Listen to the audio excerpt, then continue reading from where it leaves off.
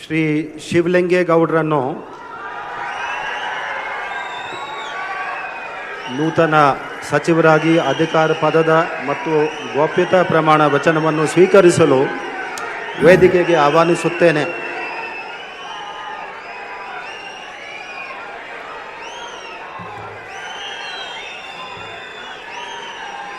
ನಾನು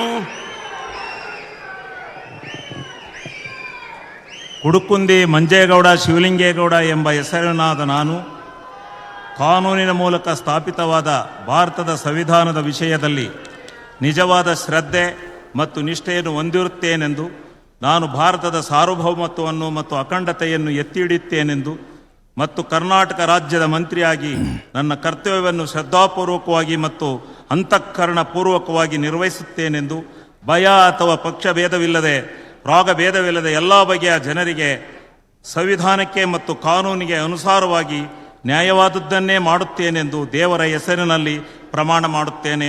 ಶ್ರದ್ಧಾಪೂರ್ವಕವಾಗಿ ಪ್ರತಿಜ್ಞೆ ಮಾಡುತ್ತೇನೆ. ನಾನು ಕುಡುಕುಂದಿ ಮಂಜೇಗೌಡ ಶಿವಲಿಂಗೇಗೌಡ ಎಂಬ ಹೆಸರಿನ ನಾನು ಕರ್ನಾಟಕ ರಾಜ್ಯದ ಮಂತ್ರಿಯಾಗಿ ನನ್ನ ಪರ್ಯಾಲೋಚನೆಗೆ ತರಲಾಗುವ ಅಥವಾ ನನಗೆ ತಿಳಿದು ಬರುವ ಯಾವುದೇ ವಿಷಯವನ್ನು ರಾಜ್ಯದ ಮಂತ್ರಿಯಾಗಿ ನನ್ನ ಕರ್ತವ್ಯಗಳ ಯುಕ್ತ ನಿರ್ವಹಣೆಗೆ ಅಗತ್ಯವಾಗಬಹುದಾದ ಸಂದರ್ಭವಲ್ಲದೆ ಅನ್ಯಥಾ ಯಾರೇ ವ್ಯಕ್ತಿಗೆ ಅಥವಾ ವ್ಯಕ್ತಿಗಳಿಗೆ ಪ್ರತ್ಯಕ್ಷವಾಗಿ ಅಥವಾ ಪರೋಕ್ಷವಾಗಿ ತಿಳಿಸುವುದಿಲ್ಲ ಅಥವಾ ಬಹಿರಂಗಪಡಿಸುವುದಿಲ್ಲ ಎಂದು ದೇವರ ಹೆಸರಿನಲ್ಲಿ ಪ್ರಮಾಣ ಮಾಡುತ್ತೇನೆ. ಶ್ರದ್ಧಾಪೂರ್ವಕವಾಗಿ ಪ್ರತಿಜ್ಞೆ ಮಾಡುತ್ತೇನೆ. ಕೆಎಂ ಶಿವಲಿಂಗೇಗೌಡರು ಅರಸೀಕೆರೆಯ ಶಾಸಕರು 4 ಬಾರಿ ಆಯ್ಕೆಯಾಗಿದ್ದಾರೆ. ಬಹಳ ಪ್ರಭಾವಿ ನಾಯಕ ಹಾಸನ ಭಾಗದಲ್ಲಿ. ಹಿಂದೆ JDSನಲ್ಲಿದ್ದಂಥವರು, ಬಟ್ ಅವ್ರಿಗೆ ಅವಕಾಶ ಸಿಕ್ಕಿರಲಿಲ್ಲ. ಬಟ್ ಈಗ ಡಿ ಕೆ ಶಿವಕುಮಾರ್ ಮೊದಲು ಹೇಳಿದರು, ಅವರು ಪಕ್ಷಕ್ಕೆ ಬರೋದಕ್ಕಿಂತ ಮುಂಚೆ ನಿಮ್ಮನ್ನ ಸಚಿವರನ್ನಾಗಿ ಮಾಡ್ತೀವಿ, ತಲೆ ಕೆಡಿಸ್ಕೊಳ್ಬೇಡಿ ಅಂಥೇಳಿ. ನೋಡಿ, ಅಷ್ಟೆಲ್ಲ JDSನ ಭದ್ರಕೋಟೆ ಆಗಿದ್ರು ಕೂಡ ಅವರು ಅಲ್ಲಿ ಮತ್ತೆ ಗೆಲುವನ್ನು ಸಾಧಿಸಿದರು ಕಾಂಗ್ರೆಸ್ ಬಂದ ಮೇಲೆ. ಈಗ ನೂತನ ಸಚಿವರಾಗಿ ಪ್ರಮಾಣ ವಚನವನ್ನು ಸ್ವೀಕಾರ ಮಾಡಿದ್ದಾರೆ ಶಿವಲಿಂಗೇಗೌಡರು.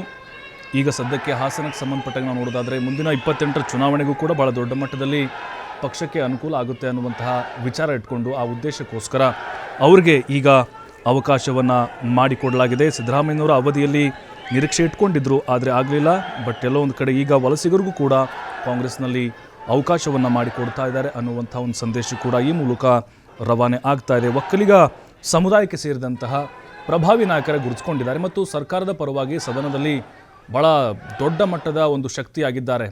ಈಗ ಸರ್ಕಾರದ ವಿಚಾರವಾಗಿ ಸಿದ್ದರಾಮಯ್ಯ ಇರಲಿ, ಡಿ ಕೆ ಶಿವಕುಮಾರ್ ವಿರುದ್ಧವಾಗಿ ಯಾರೇ ಮಾತಾಡಿದರೂ ಕೂಡ ವಿರೋಧ ಪಕ್ಷಗಳಿಗೆ ಕೌಂಟರ್ ಕೊಡುವಂಥ ಒಂದು ಚಾಕಚಕ್ಯತೆ ಶಿವಲಿಂಗೇಗೌಡರಿಗಿದೆ. ತಮ್ಮದೇ ಆದಂಥ ಆ ಹಳ್ಳಿ ಸೊಗಡಿನ ಹಾಸನ ಆ ಸೊಗಡಿನ ಭಾಷೆನ ಮಾತಾಡ್ತಾ ಪ್ರತಿಪಕ್ಷದ ನಾಯಕರಿಗೆ ಚಳ್ಳೆಹಣ್ಣು ತಿನ್ನಿಸಬಲ್ಲಂಥ ನಾಯಕರಾಗಿ ಶಿವಲಿಂಗೇಗೌಡರು ಗುರುತಿಸ್ಕೊಂಡಿದ್ದಾರೆ. ಬಟ್ ಕುತೂಹಲ ಇರೋದು ಯಾವ ಖಾತೆಯನ್ನು ಕೊಡ್ತಾರೆ ಅಂಥೇಳಿ. ತಾವರ್ಚಂದ್ ಗೆಹ್ಲೋಟ್ ಅವರು ಪುಷ್ಪಗುಚ್ಛ ನೀಡಿ ಅವರಿಗೆ ಅಭಿನಂದನೆ ಸಲ್ಲಿಸಿದರು. ಡಿ ಕೆ ಶಿವಕುಮಾರ್ ಅವರ ಆಪ್ತ ಬಳಗದಲ್ಲಿ ಶಿವಲಿಂಗೇಗೌಡರು ಗುರುತಿಸಿಕೊಂಡಿದ್ದಾರೆ. ಈ ಹಿಂದೆ ಸರ್ಕಾರಕ್ಕೆ ಅಪಾಯ ಬಂದಂತಹ ಸಂದರ್ಭದಲ್ಲೂ ಕೂಡ ಬಹಳ ಸುಭದ್ರವಾಗಿ ಡಿ ಕೆ ಶಿವಕುಮಾರ್ ಅವ್ರ ಜೊತೆಗೆ ನಿಂತಹ ನಾಯಕ ಶಿವಲಿಂಗೇಗೌಡರು. ಈಗ ಅವರಿಗೆ ಕಾಂಗ್ರೆಸ್ ನಾಯಕರು ಅವಕಾಶವನ್ನು ಮಾಡಿಕೊಟ್ಟಿದ್ದಾರೆ. ಮೊದಲ ಬಾರಿಗೆ ಅವರು ಸಚಿವರಾಗಿ ಪ್ರಮಾಣ ವಚನವನ್ನು ಸ್ವೀಕಾರ ಮಾಡಿದ್ದಾರೆ. ಭಾಳ ಹಿರಿಯ ಅನುಭವಿ ರಾಜಕಾರಣಿ, ಆದರೆ ಅವಕಾಶ ಸಿಕ್ಕಿರಲಿಲ್ಲ. ಈಗ ರಾಜ್ಯದ ಜನರ ಸೇವೆಯನ್ನು ಮಾಡಲಿಕ್ಕೆ